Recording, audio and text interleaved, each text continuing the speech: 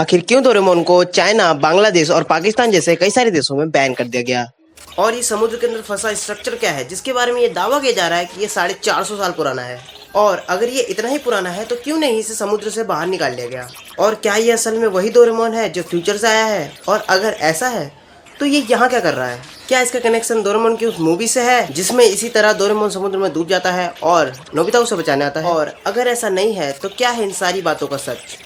तो भाइयों और बहनों, आइए हम आपको लेकर चलते हैं हमारे और आपके बचपन के यादों में, उस सदी के कुछ ऐसे चुनिंदा कार्टून्स जिन्होंने आपको हंसाया, रुलाया, जो आपके खाली वक्त के साथी थे।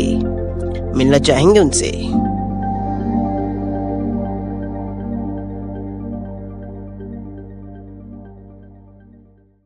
नमस्कार दोस्तों, आज से शुरू हो रही है हमारी एक बिल्कुल नई सीरीज बचपन की यादें। इस सीरीज में हर संडे को एक वीडियो आएगी जो आपको आपके बचपन में ले जाएगी। और अब शुरू होने जा रही है इस सीरीज की सबसे पहली वीडियो, डोरेमोन। लेकिन इस वीडियो में आगे बढ़ने से पहले मैं आपको एक बात बताना चाहता हूँ कि इस वीडियो को बनाते हुए मुझे जितनी खुशी हो रही है शायद ही किसी और को हो रही होगी, क्योंकि बचपन से ही मैं डोरेमोन से बहुत ज़्यादा ऑब्सेस्ड हूँ। इतना कि मुझे अभी तक लगता है कि डोरेमोन किसी वक्त आसमान से टपकेगा और मेरी गोद में आ गिरेगा।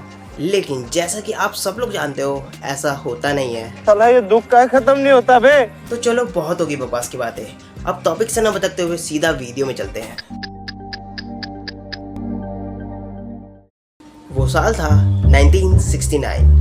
फुजिको एफ फुजियो के मन में एक बात आई कि चलो कुछ नया करते हैं। और फिर फुजिको एफ फुजियो ने एक बिल्कुल ही नए कार्टून को बनाना शुरू किया, जो कि था डोरेमोन, जो आज भी हमारा सबसे पसंदीदा कार्टून शो है।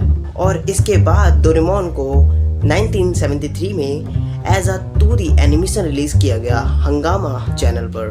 लेकिन इसके हंगामा चैनल पर रिलीज होने के बाद भी हम इंडियन इसे देख नहीं सकते थे। लेकिन क्यों? देखिए, इसमें घबराने जैसी कोई बात नहीं है, क्योंकि डोरेमोन उस समय सिर्फ जापान में रिलीज हुआ था। इंडिया में तो वो 2005 में आया है। और इंडिया में आते ही इसे इतना ज़्यादा फेम मिला कि ये बच्चों के साथ साथ बड़ों की भी पहली पसंद बन गया। लेकिन कैसे? तो इसके मेजर 2 रीज़न हैं। पहला ये कि ये रिलेटेबल था लोगों की असली लाइफ से। नोबिता का बचपन, उसकी शरारतें, इन सब से लोग रिलेट कर पा रहे थे, क्योंकि आफ्टर ऑल सारे बच्चे ऐसी शरारतें करते हैं। और दूसरा ये कि लोगों को अपनी लाइफ बहुत आसान चाहिए और इसीलिए डोरेमोन के गैजेट्स उन्हें अट्रैक्ट करते थे। और कई लोगों का तो ये सपना भी था कि एक दिन डोरेमोन उन्हें भी मिले, और उनमें से एक मैं भी हूँ। लेकिन अगर ये कार्टून इतना ही फेमस था तो आखिर क्यों इसे चाइना, बांग्लादेश, पाकिस्तान जैसे कई सारे देशों में बैन कर दिया गया? तो इसके पीछे कोई बहुत ही सॉलिड रीजन नहीं है, लेकिन एक बहुत ही माइनर सा रीजन है कि वहाँ के बच्चे डोरेमोन में नोबिता को देखकर उसके कैरेक्टर से इंस्पायर हो गए और सेम टू सेम नोबिता जैसे कैरेक्टरिस्टिक्स बच्चों में भी दिखने लगे। बच्चे दिन पर दिन आलसी होने लगे और स्कूल में उनकी परफॉर्मेंस एकदम से डल हो गई। लेकिन ऐसा हुआ क्यों? तो चलिए इसे एक साइंटिफिक मैनर में समझते हैं।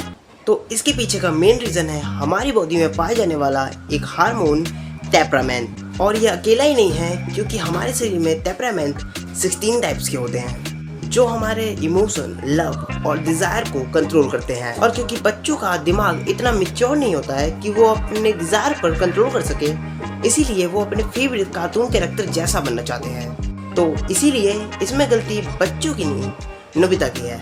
आखिर क्यों वो इतना लल्लू है, जबकि इसके पास तो डोरेमोन भी है? एक सेकेंड, ये डोरेमोन नहीं है, असली डोरेमोन तो ये है। तो आखिर क्या और कौन है ये?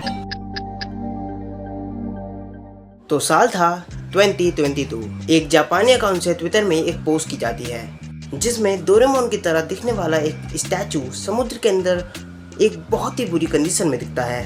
और इस पोस्ट में लिखा गया था, मैं जापानी समाज द्वारा मिटाए गए डोरेमोन की छवि को अपने दिमाग से बाहर नहीं निकाल पा रहा हूँ, जो मैंने पिछले दिनों गोताखोरी के दौरान देखी थी। वैसे इस पोस्ट को पढ़कर कुछ इतना साफ पता नहीं चल रहा है, लेकिन चलो इस पोस्ट को पढ़कर एक बात तो साफ हो गई कि ये पोस्ट एक स्कूबा डाइवर के द्वारा की गई है जो कि जापान में रहता है। लेकिन हमारे लिए इतना काफी नहीं है, तो चलो चलते हैं इस पोस्ट की गहराइयों में। तो इस पोस्ट के वायरल होने के कुछ समय बाद कई सारे रूमर्स उठने लगे, जैसे कि कई सारे लोगों ने ये कहा कि इस स्टैचू को साइंटिस्ट द्वारा बाहर निकाल लिया गया है और इसकी एज टेस्ट करने पर यह पता चला है कि ये 450 साल पुराना है। लेकिन इन सब में एक पोस्ट ऐसी थी जो कि इतनी ज्यादा रिलेटेबल और लॉजिकल थी कि एक पल को तो आपको भी यकीन हो जाएगा। तो इस पोस्ट में ये बोला गया था कि इस स्टैचू का कनेक्शन डोरेमोन की movie Nobita and the labyrinth से है। लेकिन अभी भी आपको ये लॉजिकल नहीं लगा होगा। अब आप बोलोगे हम कैसे मान ले, सबूत कहाँ है? तो ये लो सबूत। इसमें एक तरफ Nobita and the labyrinth movie की एक सीन की पिक्चर है और दूसरी तरफ है समुद्र के अंदर ढूंढी गई उस स्टैचू की पिक्चर। लग रहा है ना लॉजिकल? दोनों सीन लगभग सेम है, दोनों में ही कोई बहुत ज्यादा डिफरेंस नहीं है, लेकिन है तो ये भी फेक। और जब ये भी फेक साबित हो गया तब लोगों ने एक और थ्योरी लगाने शुरू की, ये सोचकर कि चलो भाई कोई तो सही साबित हो जाए। और इसीलिए इस थ्योरी को जापान की क्लाइमेट कंडीशन को ध्यान में रखकर बनाया गया है ताकि शक की कोई गुंजाइश ही ना बचे। लेकिन आखिर ये थ्योरी है क्या? तो थ्योरी ये है कि बहुत समय पहले जापान में एक डोरेमोन थीम पार्क हुआ करता था जो कि अर्थक्वेक और सुनामी की वजह से समुद्र में डूब गया। और ये जो स्टैचू है ये भी उसी थीम पार्क का स्टैचू है। और अगर ये बात सच है तो इस स्टैचू के आसपास इस थीम पार्क के और भी स्टैचूज, राइड्स या फिर एक टूटा फूटा स्ट्रक्चर तो दिखना ही चाहिए था। लेकिन जहाँ तक मेरी रिसर्च है तो उसके आसपास तो छोड़ो, दूर दूर तक कुछ भी नहीं था। और इसके साथ ये थ्योरी भी फेक साबित हो जाती है। लेकिन बस यही नहीं, ऐसी कई सारी थ्योरीज, स्टोरीज सामने आती गई और फेक साबित होती गई। कोई भी थ्योरी ये साबित नहीं कर पाई कि आखिर ये स्टैचू इस समुद्र में पहुंचा कैसे। वैसे एक थ्योरी तो मेरे पास भी है, लेकिन उसके बारे में बात करेंगे अगली वीडियो में, क्योंकि अगर इस वीडियो में उसके बारे में बात करने लगे तो ये वीडियो बहुत लंबी हो जाएगी जो कि आपके और मेरे लिए अच्छा नहीं है। तो इसीलिए इस वीडियो को सब्सक्राइब कर दो, क्योंकि लाइक तो आप लोग कर ही दोगे। और मिलते हैं अगली वीडियो में।